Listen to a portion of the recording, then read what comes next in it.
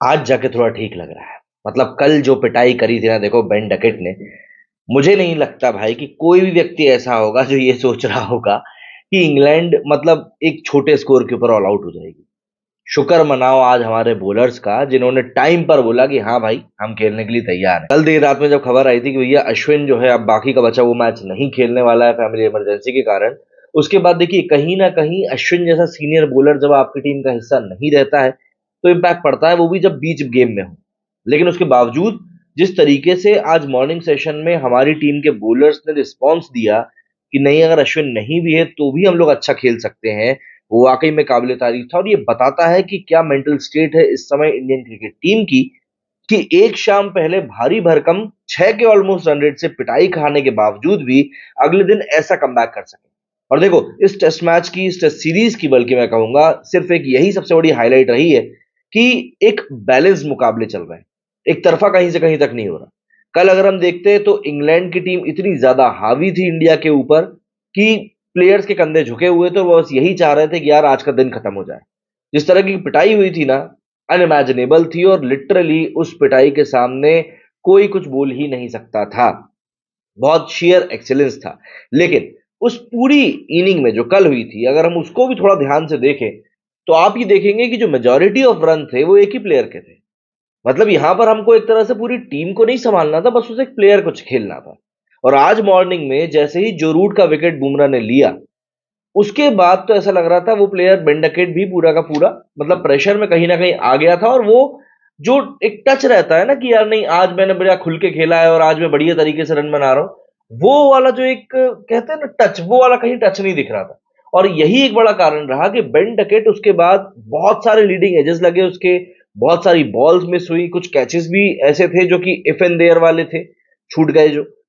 लेकिन उसके बाद आज डकेट बिल्कुल भी उस लय में नहीं दिखा जिस लय में कल था, जैसा कि वो कल कूट रहा था। ऑब्वियस सी बात है, पिच में थोड़ा मॉइस्चर था, उसके कारण बॉल भी हल्का सा मूवमेंट कर रहा था, तो उसका थोड़ा बहुत असर जरूर पड़ रहा था। बट उसके अलावा आज डकेट बिल्कुल भी कल वाली लय में नहीं था। और देखिए, तेज क्रिकेट खेलने का सबसे बड़ा घाटा टेस्ट मैच में यही है कि आप उसको कब तक खेलोगे। जैसे वनडे में आपको पता होता है 50 ओवर तक खेलना है, T20 में पता होता है 20 ओवर तक खेलना है, भाई टेस्ट मैच में तुम कब तक खेलोगे। और वही चीज डकेट के साथ भी हुई, और यही कारण है कि बेसबॉल जो है दूसरी कंट्रीज में जाकर उतना सक्सेसफुल नहीं है इंग्लैंड के लिए। आप इंग्लैंड को देखेंगे कि वो इंग्लैंड में बेसबॉल खेलकर बहुत जीतता है, पर बात आ जाती है ऑस्ट्रेलिया की, न्यूजीलैंड की, साउथ अफ्रीका की और फिर इंडिया की, कि यहां पर जाकर आप कैसा परफॉर्म कर रहे हो।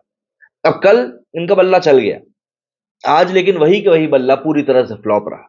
अगर हम लोग बेन स्टोक्स की इनिंग को हटा दें तो उसके अलावा कौन बैट्समैन टिक कर खेल पाया। मतलब हम अगर हम देखें तो रूट तो 18 रन पर आउट हो गए थे, जिसके बाद बेरिस्टो, ये तो ऐसा लग रहा है अब कुछ दिनों में टीम से बिल्कुल बाहर जाने वाला है, इस बंदे का पत्ता कटने वाला है, डक पर आउट हो गया ही। स्टोक्स ने थोड़ा बहुत किलर लड़ाया, 41 रन बनाया। फोक्स ने 13 बनाया, फिर उसके बाद तो सब आया राम गया राम हो गया। और यहां पर सबसे बढ़िया बात एक देखने के लिए मिली कि बुमराह तो अपनी जगह पर जो था वो था, लेकिन आज सिराज ने जिस तरीके की कमबैक दिखाई है वो और भी ज्यादा शानदार थी। 4 विकेट सिराज ने भी निकाले, 1 विकेट बुमराह ने निकाला। मतलब हर एक बॉलर की तरफ से यहां पर कंट्रीब्यूशन आया और सभी बॉलर्स ने मिलकर यहां पर बिल्कुल खेल कर दिया आज। और यही कारण रहा कि इंग्लैंड की जो पूरी टीम थी वो एक बड़ा स्कोर बना नहीं पाई। कल के स्कोर के में ज्यादा कुछ इन लोगों ने ऐड ऑन किया नहीं। 319 के ऊपर इनकी पूरी की पूरी टीम ऑल आउट हो गई और इंडिया को एक अच्छी खासी हेल्दी लीड मिल गई।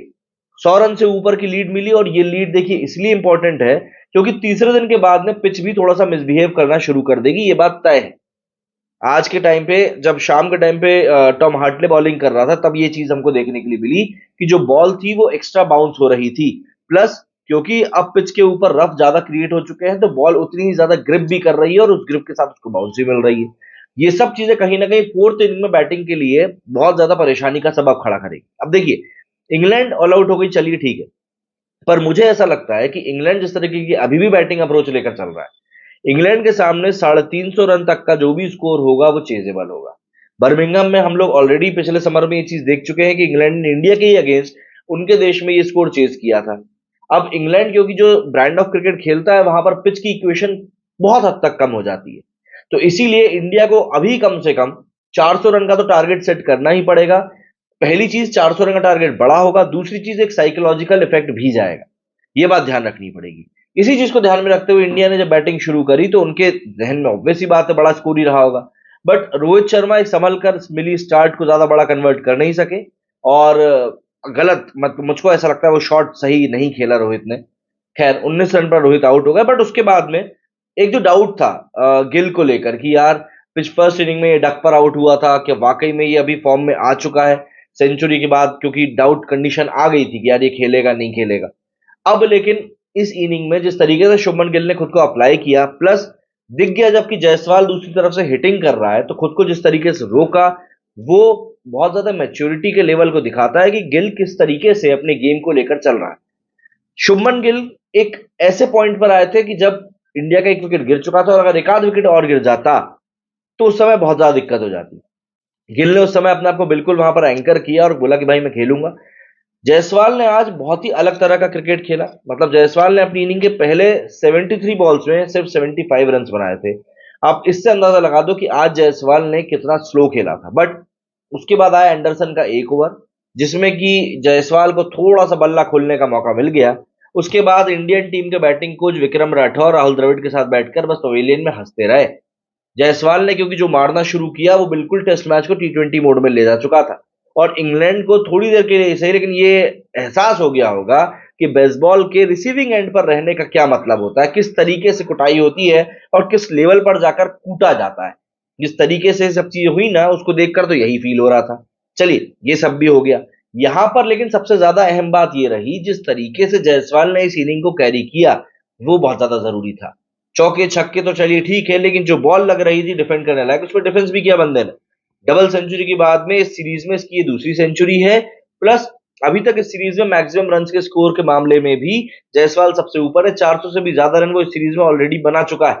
तो जायसवाल तो भाई साहब पूरा सेट है और बढ़िया तरीके से बैटिंग कर रहा है। रिटायर्ड हट आउट हुआ, मुझको ऐसा लग रहा है वो सेंचुरी मारने के बाद जो वो उछला था ना, उस उछलने के चक्कर में बैक में थोड़ी इंजरी आई है। 133 बॉल्स में 104 रन बनाए हैं, बट हाईलाइट ये है कि बंदे ने इस एक इनिंग में 5 छक्के मारे हैं और 9 चौके मारे हैं। गिल की बात करें तो 120 बॉल में 65 रन बनाए हैं, 2 छक्के गिल ने भी जड़े, 6 चौके मारे।